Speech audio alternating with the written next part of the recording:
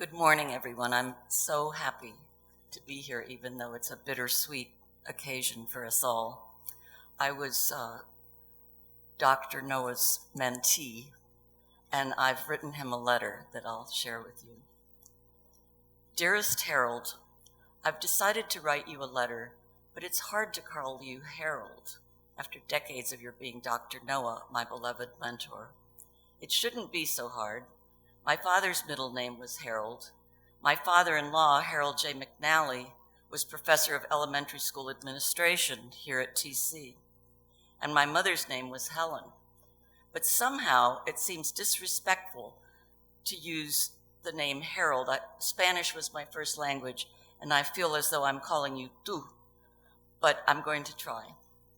I think you'll remember, Harold, that we first met back in the 60s after I'd gone home to Kabul, Afghanistan, the summer after my freshman year at Barnard.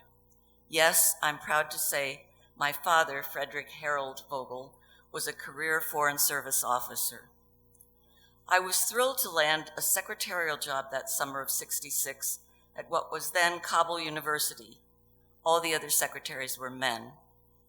Working with a large cadre of TC professors there to help the Afghans, first with teacher training, and later with establishing a faculty of education at the university and developing curricula and texts for every primary school in the country. It was then a beautiful, welcoming country, and I still think of it every day, just as I still think of Harold Noah every day. Andy Anderson was my boss, and he and R. Freeman Butts and the other noted TC profs introduced me to you, Dr. Noah, after I'd selected econ as my major at Barnard and was writing my senior thesis on the economics of education in Turkey, where I had lived for 5 years and graduated from high school. As you can see, my ties go back a long way.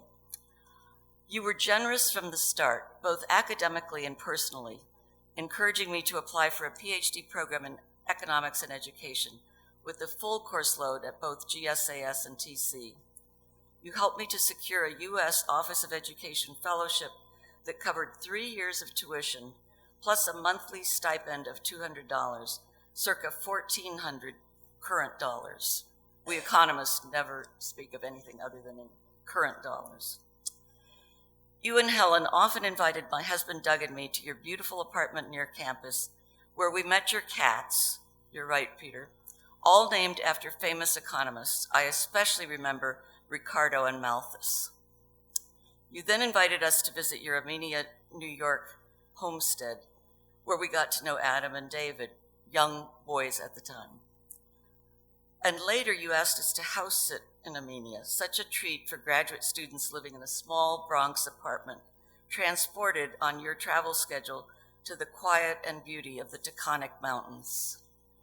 Most important, Harold, you held my hand, both literally and figuratively, in helping me rebound from a devastating encounter with a stranger, something we well-educated Barnard and Columbia women would refer to as an I as well experience.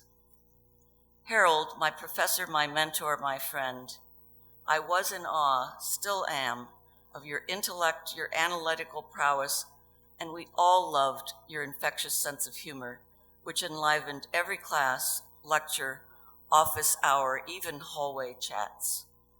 I miss you and will write again soon. 3 minutes is just not enough.